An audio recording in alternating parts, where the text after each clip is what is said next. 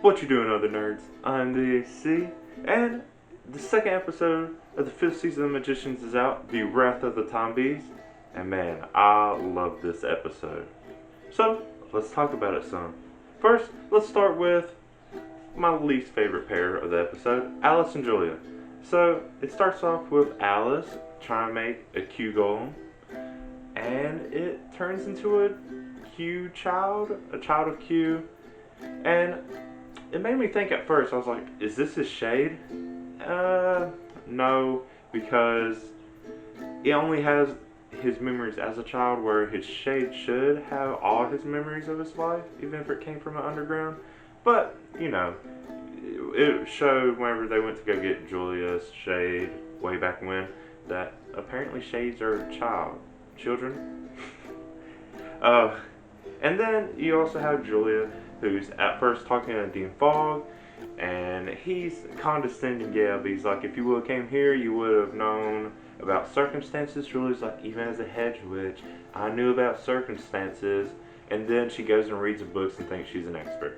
So Julia goes to Alice for help, because, Alice is smart. Julia recognizes that, so good on her. Then she finds out about Child Q. Julia becomes a bitch to Alice, and I guess rightly so, because, Alice went behind her back and did the thing Julia was wanting to do, but Julia's only mad because she didn't do it. If it would have been the other way around, it probably would have been Alice bitching at Julia. So, whatever. So, they're trying to figure out what to do with Child Q. And Alice apparently brought him back because she found a piece of paper that had some kind of spell on it that was in Q's belongings at Breakbills, and she doesn't know what it is. And she thought bringing back a golem, even though it was an obvious excuse from the beginning, was to figure out what the paper said, but Child Q can't read it because he only has kid memories. But, so, let's talk about the piece of paper first. The piece of paper, if you read the books, you probably know right away what's on it. But if you haven't read the books, tune out for just a minute. So this piece of paper is supposed to be a spell to create a new land, if it's going along with the books.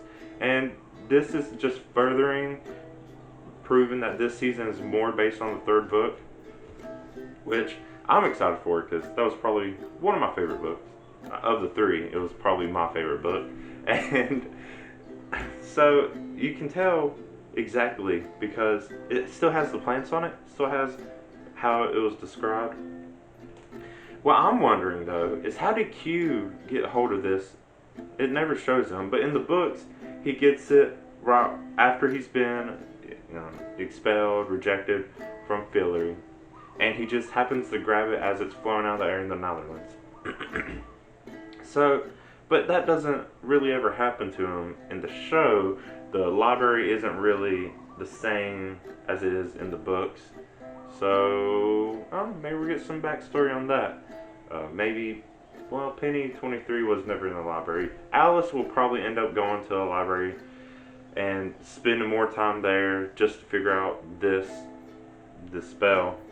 But, like I said, her wanting to see this paper was just an excuse.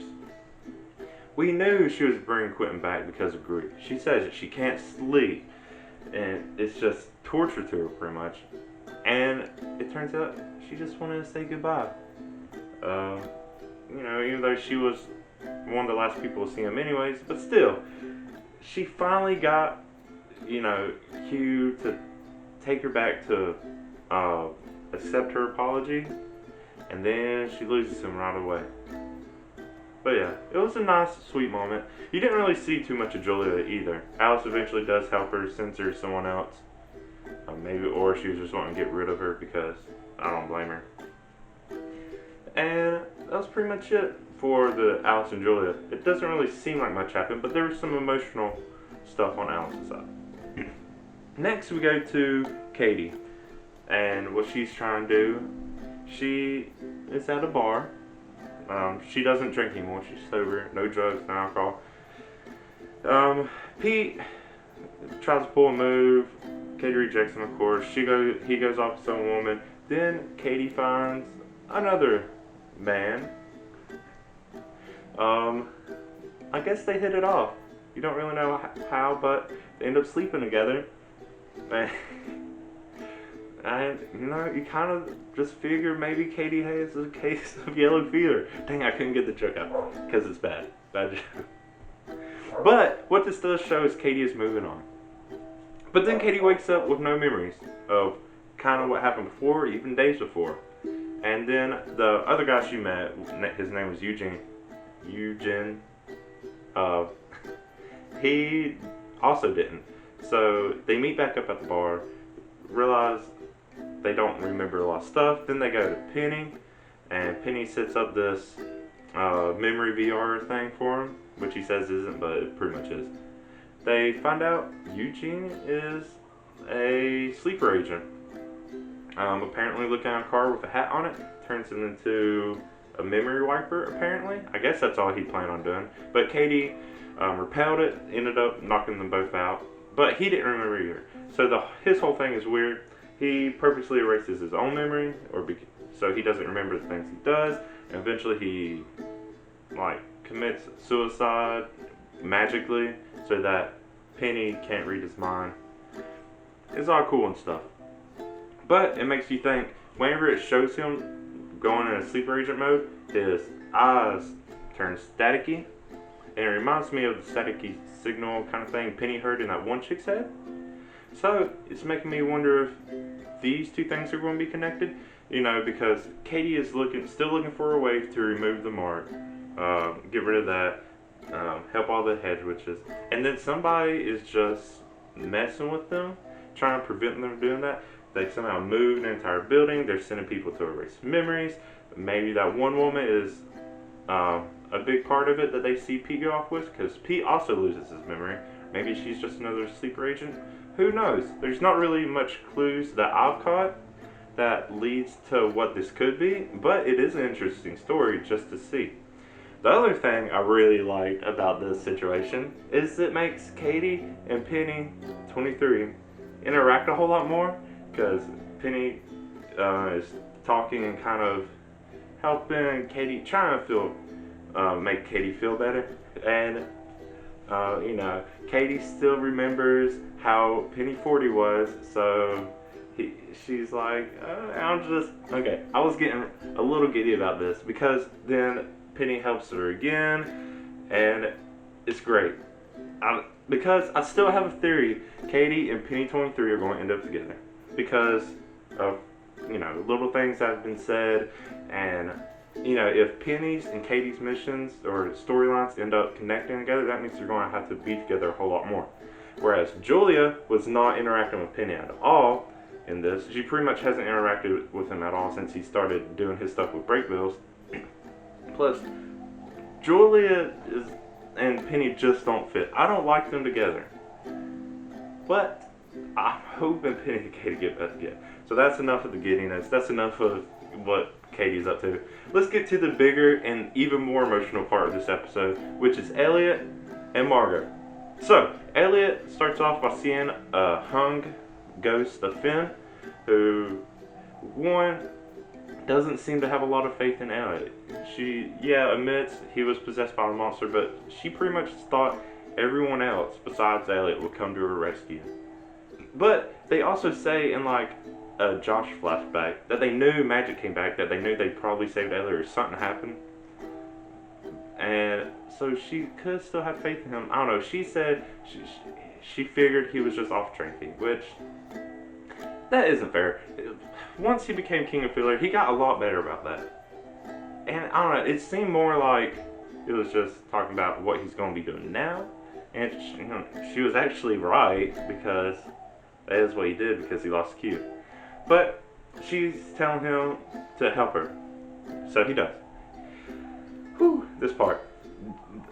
Elliot goes and sees Jane. And we finally get to hear about the first timeline a little bit, and then a very little bit about the second timeline. So, apparently, Jane tells Elliot that Quentin first came to Philly as an escape, which is because Elliot, his best friend, who Elliot assumes is Julia, but it's actually him, because Elliot ended up getting himself killed by his own vices, and it hurt Q, and he was a mess, but he still went to Fillory. And so, in the second timeline, the first change Jane makes is keeping Elliot alive. I literally tilted up a little bit because I was like, this is so sweet. Because, the whole Q and Elliot thing, and I was like, oh, it hurts. Oh, man. I don't know. Whew. And, it just, man, it probably hits Elliot even worse, knowing, like, even way back then, they still had this connection. But that also means Jane still had to keep doing things to keep Elliot alive. You see, even in Timeline 40, how messed up he still gets, and how his own vices are still an obstacle for him. Anyways, Elliot steals all of Jane's time shit, takes it to Margot, and who's found secret messages Josh hid away when he was imprisoned. She can't get out because Josh magic proofed it. It goes into all that backstory. Pretty much, for some reason, Josh and Finn did nothing because they rely on the rest of the group too much, and that's how they pretty much get overthrown. Then they try to send magic bees. Josh is allergic to bees. That's where the title of the episode comes from. Then they end up sending a letter because they have magic stamps. That also doesn't really work. So Margot sends a last letter. But before this, Margot and Elliot have a discussion. Elliot tells Margot she is Margot the Destroyer. And, he's saying she's cockblind because she's trying to save Josh. But I disagree with that. Obviously, Margot, is trying to save Josh, trying to save everyone. But she's also trying to get her kingdom back. She's trying to still kind of destroy, because all her advice is take care of the problem, go to Northern Marsh, fight and it's just, I don't know, Elliot, is in a weird headspace right now. So he is saying, just let them run, just escape, don't deal with this, we can't change it. He's pretty much taking Jane's advice and is like, maybe we shouldn't be trying to change the future, because it seems to only be making things worse. They get Josh killed by bees. Finn is still getting overthrown by herself. Like, it doesn't seem like they're able to change anything by fighting against it. So Margot eventually takes Elliot's advice. This is when Margot actually stops being Margot Destroyer, and she tells Josh to just run.